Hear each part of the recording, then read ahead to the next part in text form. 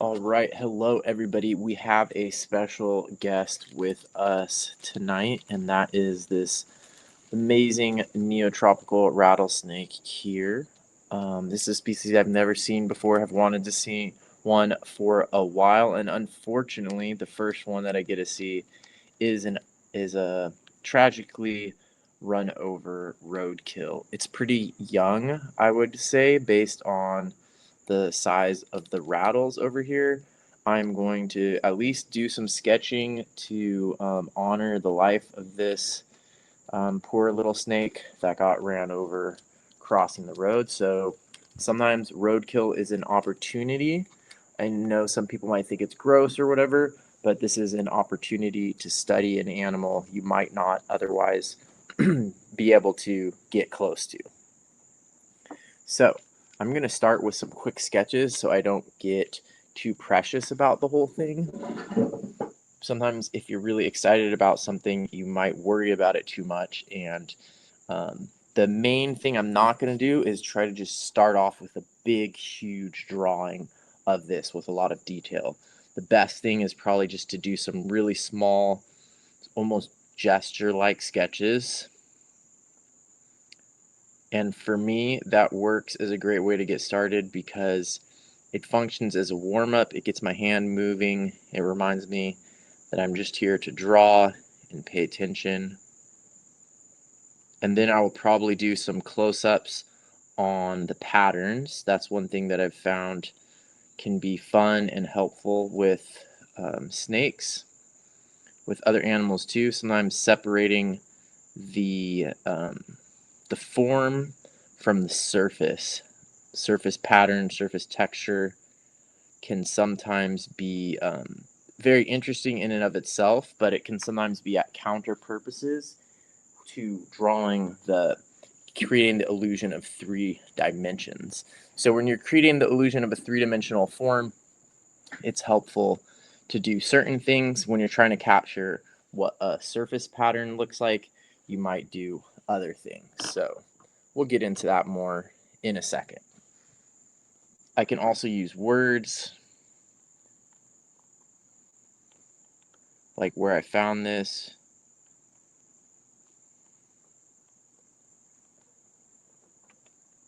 Found it right in front of this restaurant I used to go to all the time in Costa Rica.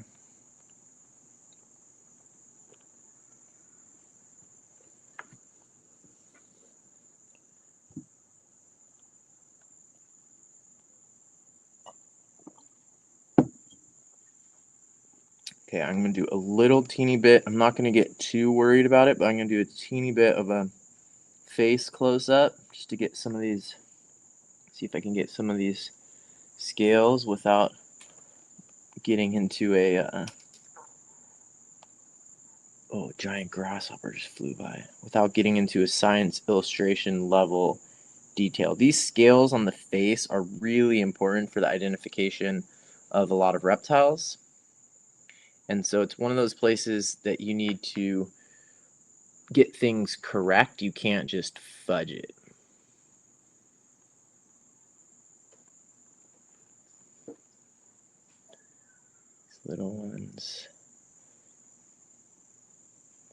So I'm getting to that point where I would need to fudge it to really go much further. So I'm going to get the beginning of these small scales and then stop.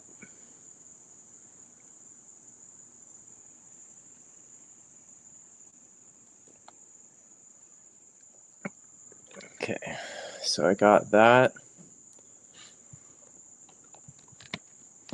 And now I'm going to do a pattern study. So what I'm actually going to do, I'll probably do several of these pattern studies for different parts of the body. The light is a little bit weird for me. It's good for the camera, but a little bit weird from the perspective I'm looking at. So I'm going to get a little bit of tail. Then I'll get sort of this central part. And then this will be close to the head. Okay, now I'm going to use my gray pen to plan this out. So the easiest is this pattern near the head where it's just got those straight lines. It's very unique for this rattlesnake species. That's the norm for this rattlesnake species. It's very unique compared to other rattlesnake species. So this one I'll make it be the top because that's where you can really see. Actually, no, I'll make them all the side, but it basically doesn't have any spots along the side. It just has that one central stripe.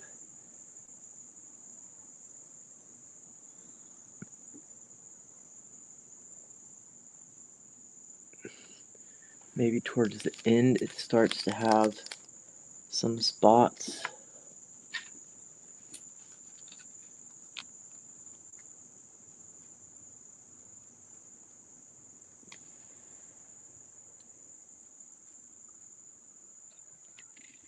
Near the bottom.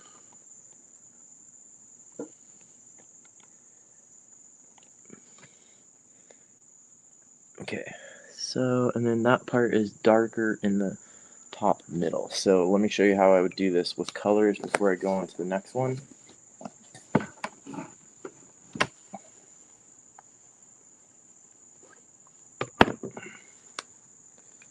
So the first thing I'm going to do is I'm going to put down some buff titanium.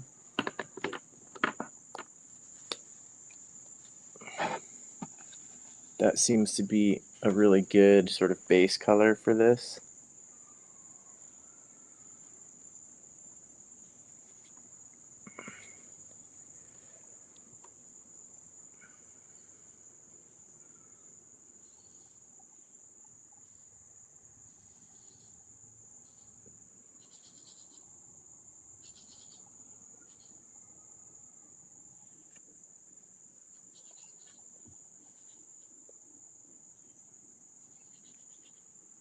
I think I'll just put it under everything and then let it dry. And I'll do the same up here on my sort of this one here. Oh, I hear some howler monkeys.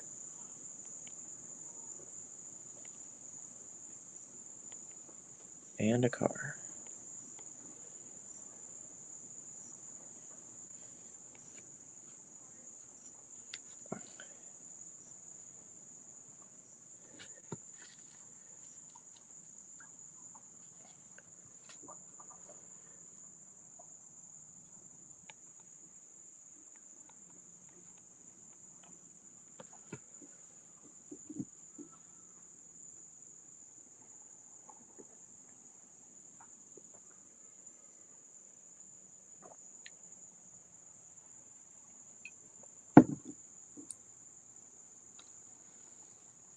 Okay, while that's drying, I'm going to work on the other part of the pattern.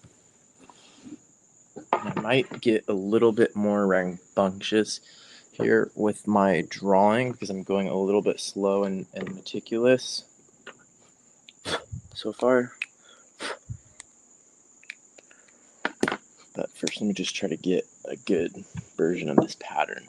So what I'm going to do is I'm going to try to get it from the side. Maybe I'll do one that's straight down from above, but for now, I'm going to try to get this pattern of the middle part of the snake from the side. So I see, first of all, these major diamonds, and I'm going to draw one of those here, the outline.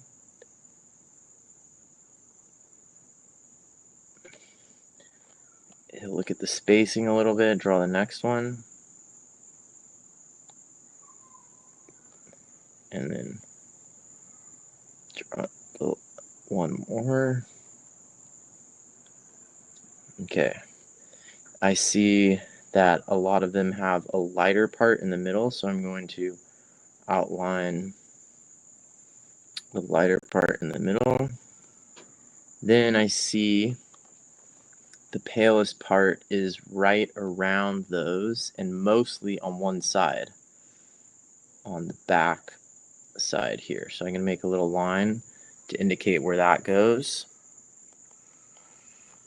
And then it looks like below that, that pale line extends and sort of outlines this next dark area, which is sometimes a diamond and it's sometimes sort of a squished diamond.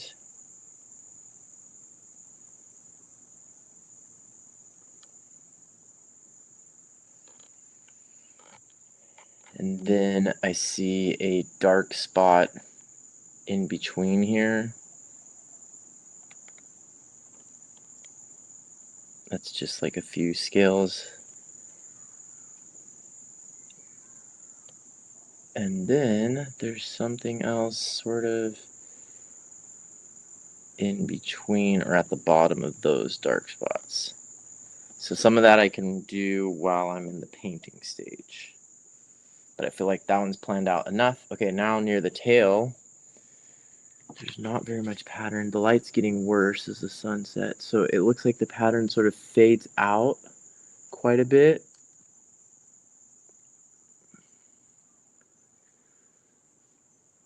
It's a little bit hard to even figure out what's going on there. I might just do that all in the painting stage. It actually has more definition now near this part of the tail. It has more definition near the bottom than the top.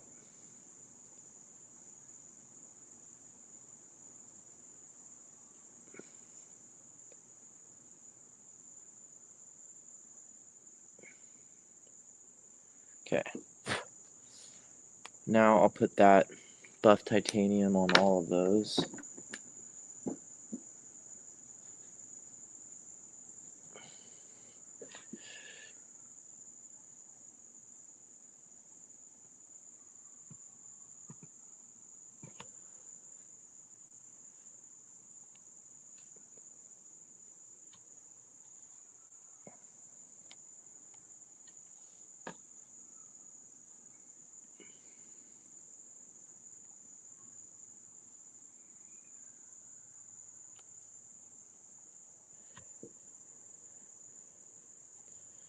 And if I have stuff that has a fade, I will do that as a wet on wet. I think with the buff titanium, it's mostly clean edges, so I'll let it dry.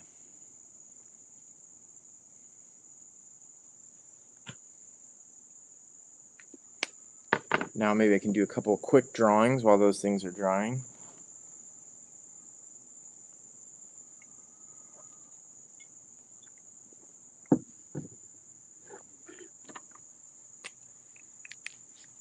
A drawing of the tail, the rattle would be good, of course.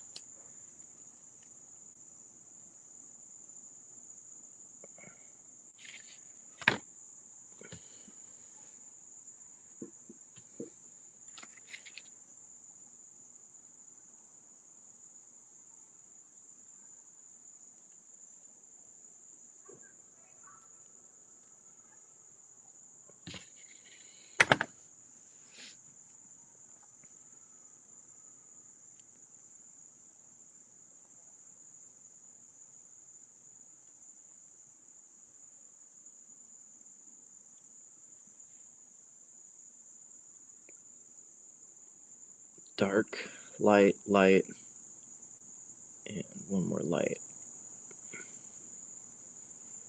So basically only has 1, 2, 3, 4 rattles on it.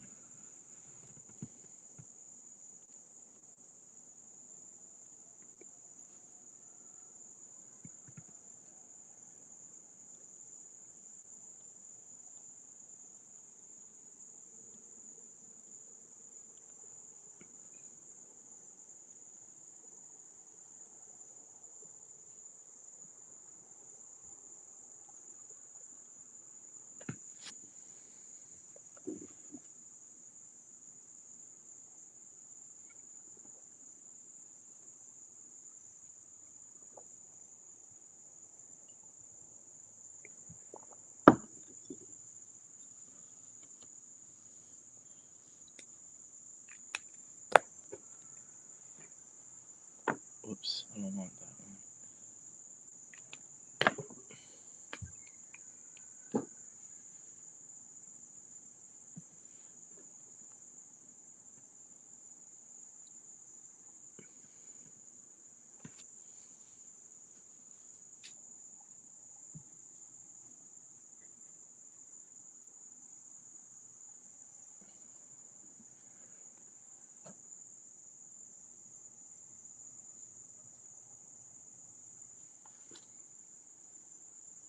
think the mosquitoes are starting to bite me. Okay, let's see if this. Things are drying out pretty slow. It's humid. It's gotten a little bit humid this evening. Okay, so now let me put in some more colors here. We'll start with this pattern from close to the head. So this color there looks a lot like a Monte Amiata Natural Sienna. Quinacridone Gold, maybe a little bit.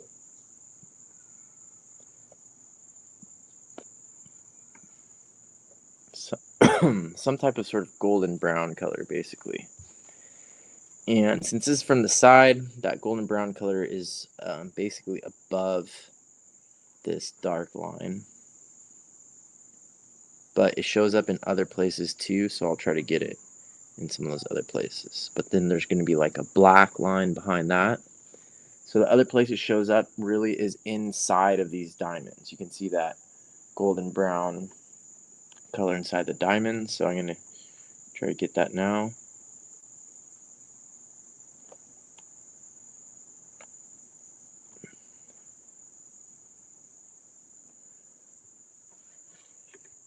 And to come up in these ones too, it does show up a little bit down here.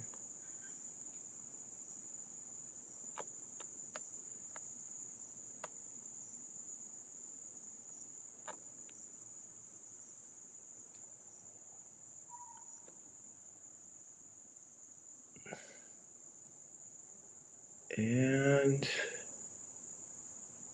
those are the main places it shows up. I think this other color is a slightly cooler color. And near the tail, I don't see it near the tail.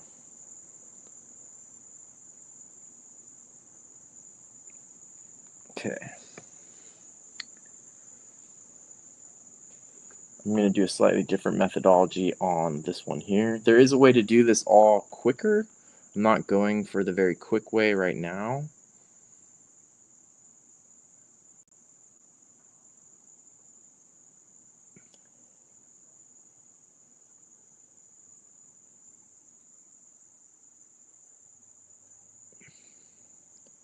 Looks like at least one ant has found this snake and is probably going to go tell a bunch more ants.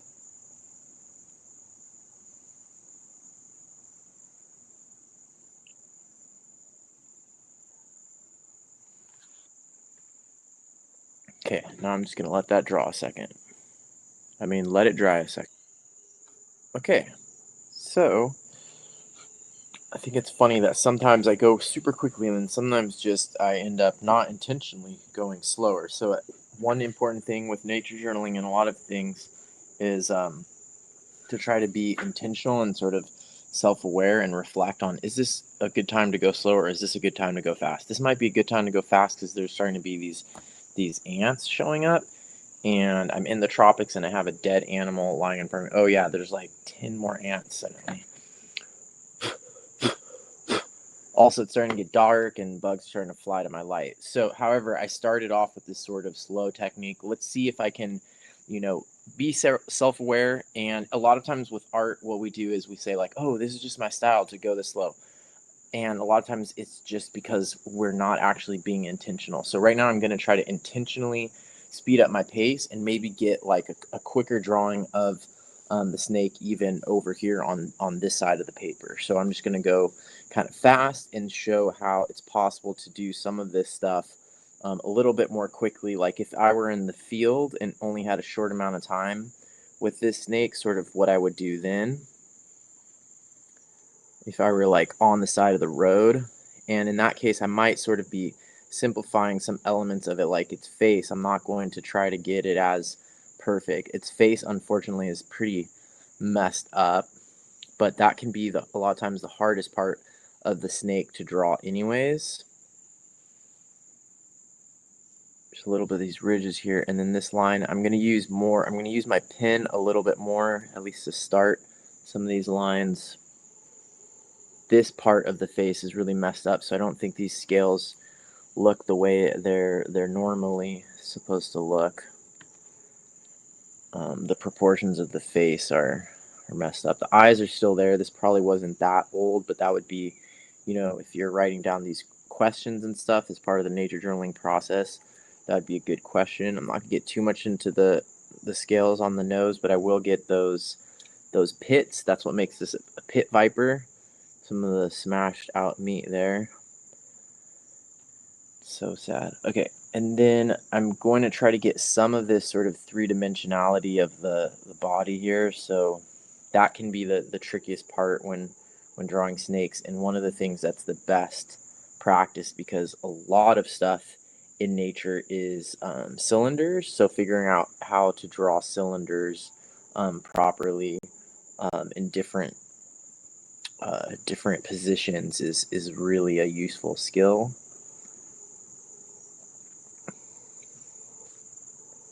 Takes a lot of practice though. And whenever your drawing starts to go a direction and not look great, you can turn it into a diagram. If you have arrows going to it, you can add information, and that takes a lot of pressure off of the drawing part.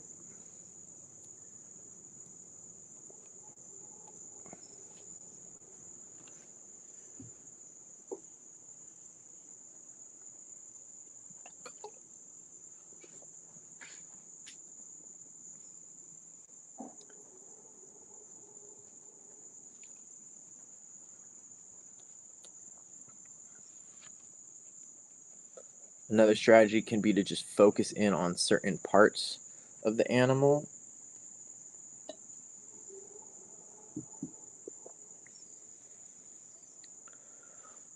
Okay, so then let me get how this part comes around here. This switches out here, and this starts to turn into a diamond here because it's coming straight at me. They're not perfect cylinders. They're flattened on sides and sort of angular. So that's one of the trickiest things that confuses people when they're starting to draw these. I wonder if there's something I can do about these ants to get your ants to start coming up in here. Or maybe it's good practice to just have a bunch of ants. It's good to, if you want to do well in the tropics, it's good to learn how to let go of control. I think that the over-industrialized countries, oh yeah, there we go.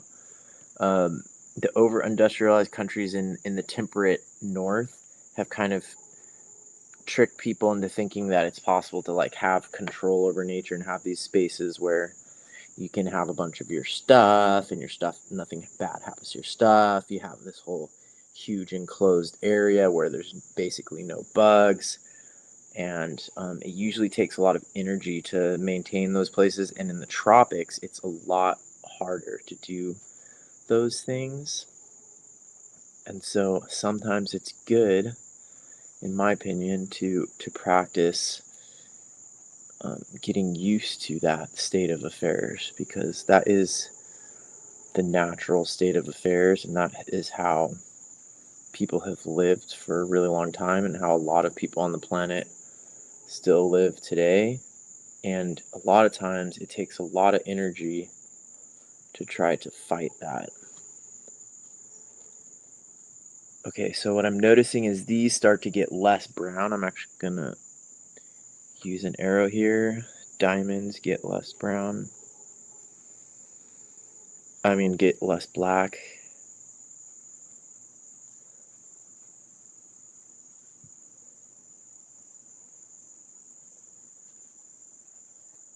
The tail. So they start turning into just these more vague shapes, and what I'm going to do is I will use my gray pen probably to draw those. If not, I'll go straight to watercolor. Okay, and it is sort of just really dark here, so I could do that with the pen, or I could wait and do that with the watercolor. That's optional. There's a moth flying around nearby, which is cool. Seems like there should be more darkness there, but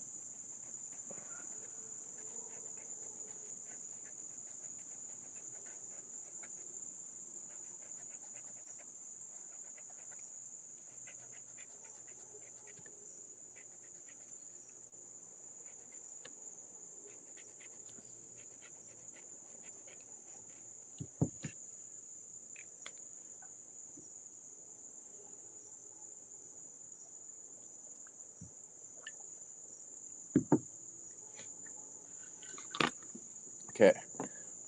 So just to try to use watercolor to speed things up here, sometimes watercolor can actually do a lot of work for you. Wow, that's really interesting how these ants have just increased so much. You can't blow them away. They just, even if you blow really hard, they must have a way to grab on. That's pretty impressive. Okay, so I'm going to try to practice doing this a little bit quickly here. Watercolor sometimes can be a way to speed things up. There's things you can do with a brush and with watercolor that would take you a lot longer to do with a pen or with colored pencils or whatever.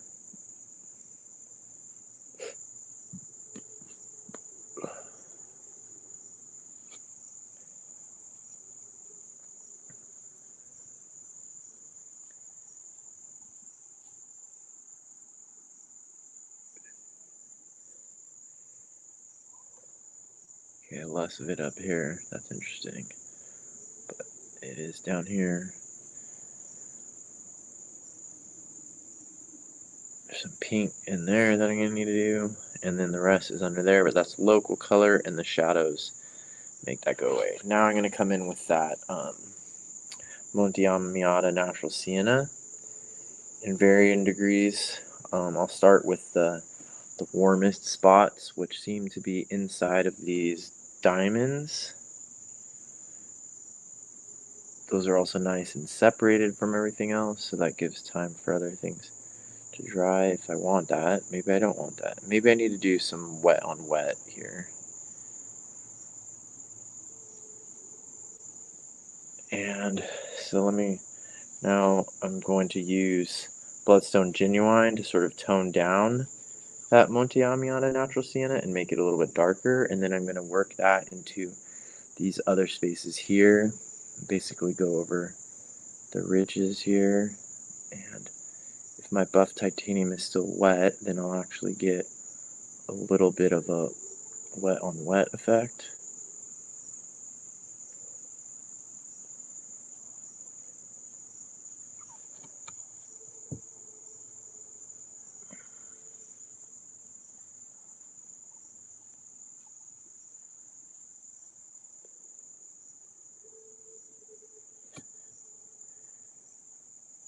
It's not looking that much darker than the buff titanium. I need it to be darker so that these look like stronger outlines. If I were using an opaque pale color, that would be an easier effect to achieve because you could just draw it in afterwards, but I'm not. Oh, here's the other place where I really need the warmer Monte Amiata Natural Sienna is this band down the middle. Okay, the amount of ants has increased significantly in the last 15 minutes. At this rate, I'm probably just going to be completely covered in ants in like less than half an hour. All right, so now I need a cooler gray probably, so I think I'm actually going to do, oh no, you know what? Something more neutral like this, I think is Payne's gray. I'm going to come in and start from this end. That, maybe a little bit of the Bloodstone Genuine also. Go.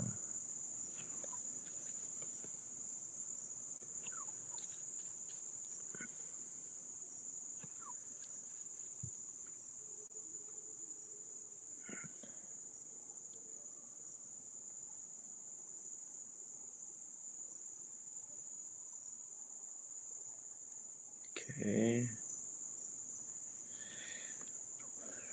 Alright, now while it's still wet, I'm gonna put in some of these like darker scales that are in these ones. It's probably darker than it needs to be.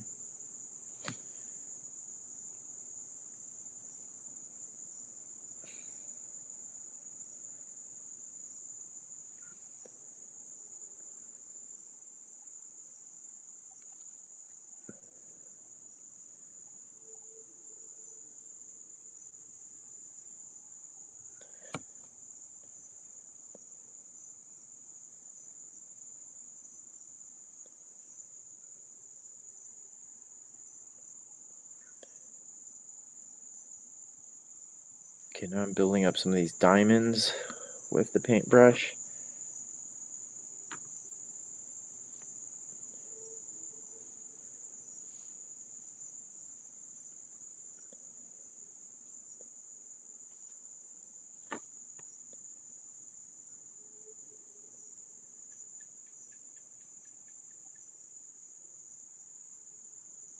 Oh my goodness, this ant situation is going to start getting out of control here.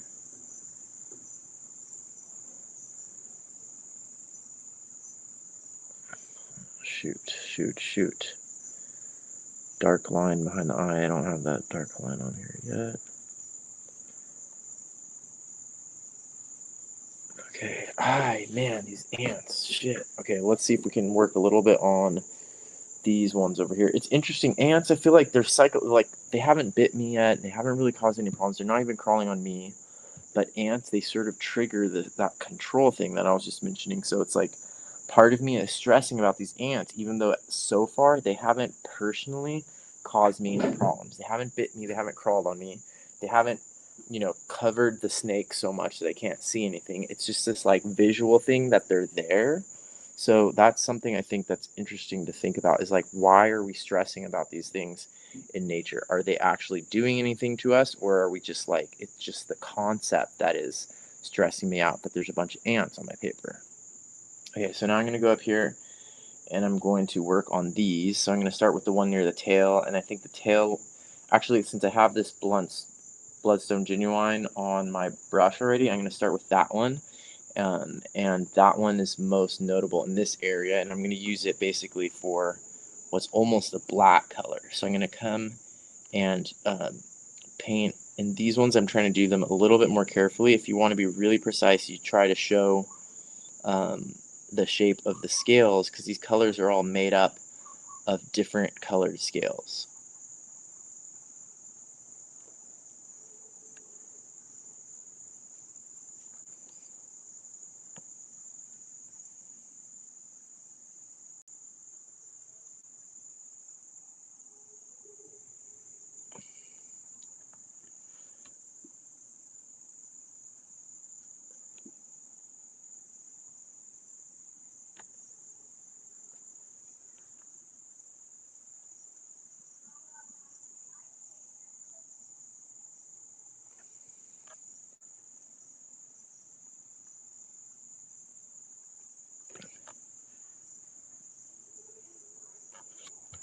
Okay, so that probably would have been even better if I had done the slightly lighter color first, but sometimes you can't do the proper watercolor order of operations for some reason. Here, since I have that color still on my brush, I'm going to come in here and do this dark line.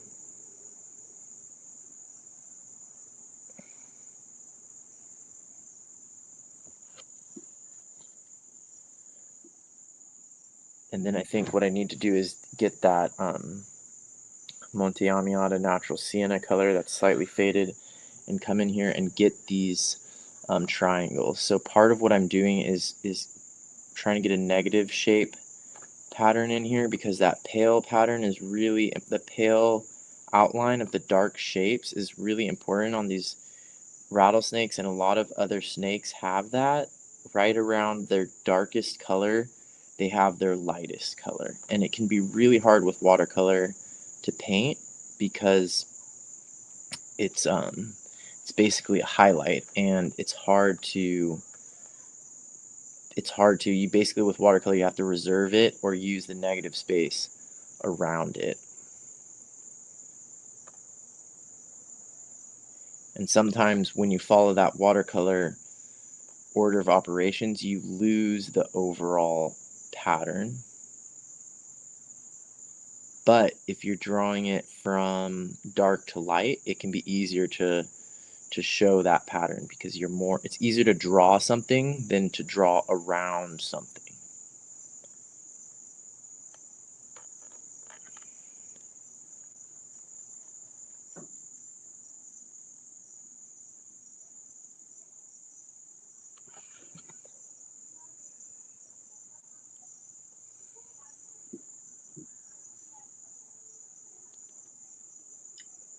I should be nature journaling the ants too, but there's only so many things you can do at one time.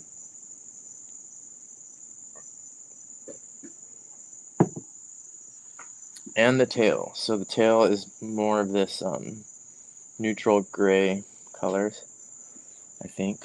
Now it's a lot of ants on that part.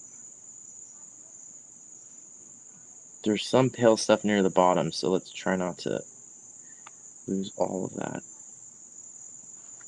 And it's important to understand that certain things are objectively hard. So a lot of these snake and reptile patterns, a lot of patterns on animals, especially cryptic ones that are for camouflage, are objectively hard to draw or paint. So it's not you. It's important to understand it's not just me that I suck at drawing and that was terrible. I'm never going to do that again. Some of these things are objectively hard to draw. So if it doesn't come out looking great, it's not you, it's objectively hard. So that's important to understand because otherwise you might just give up and think that you suck, but it's not you.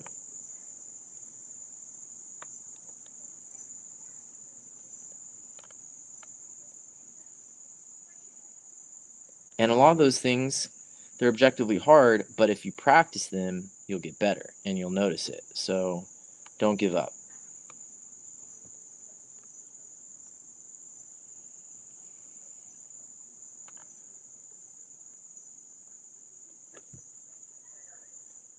And remember, drawing and nature journaling are learning tools. So by doing this, you're learning more about that thing and getting better at drawing it.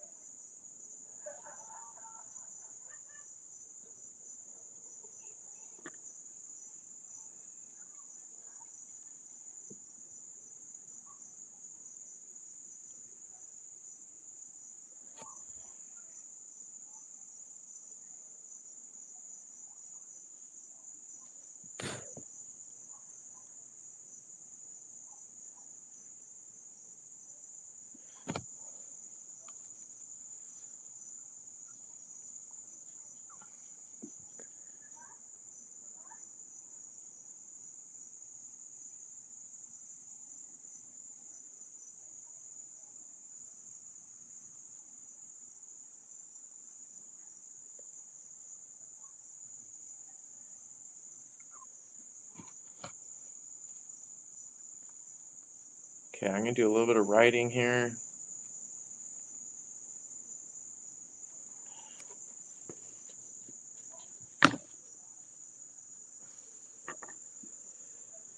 Gotta at least write something about these ants.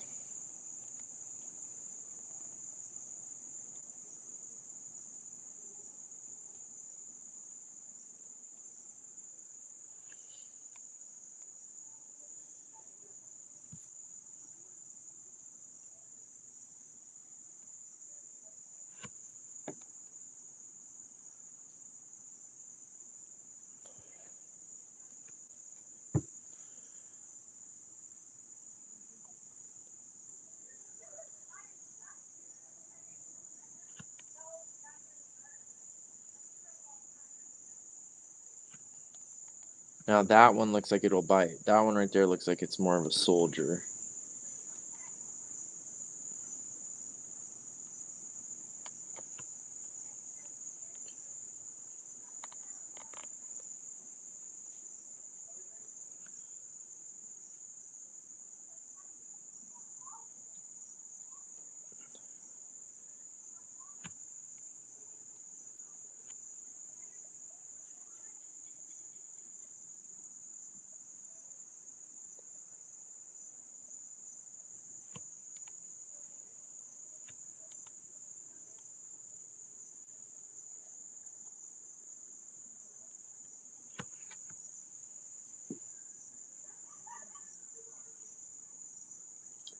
Okay, there's so many more things like a nature journal on the snake. I feel like I barely started to, scratch the surface on what's possible. Maybe I should draw an ant.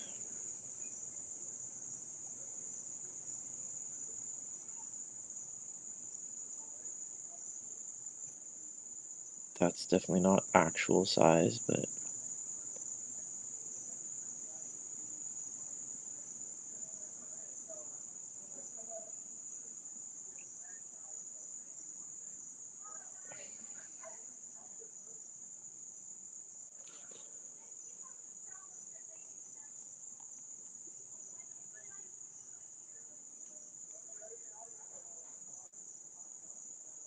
oops, shoot.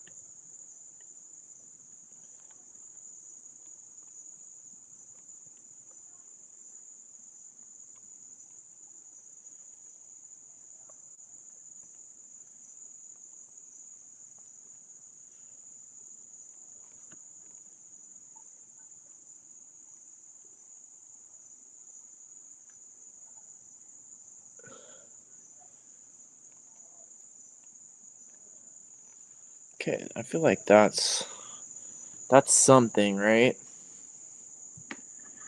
What I don't want is I don't want these ants all getting in my nature journal bag. See if they freak out when I lift this up. So no bites yet. There's only one ant walking on me, so that's not that bad. Okay, I think I'm gonna wrap it here. I got something. I got this quick one, so you can see it's possible to do a really quick one, capture a lot of the important information.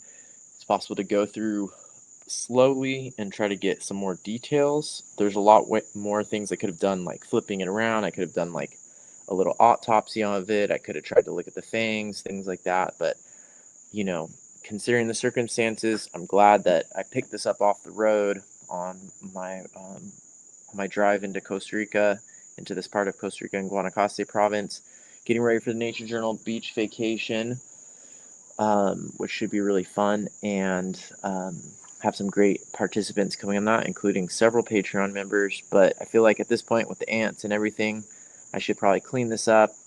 It's my friend's house, also not my house, and clean this up, dispose of this body in a respectful way, and move on to the next thing. But thanks for joining in. Roadkill is a great opportunity for learning, whether it's a rattlesnake or not.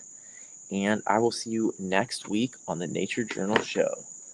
Bye.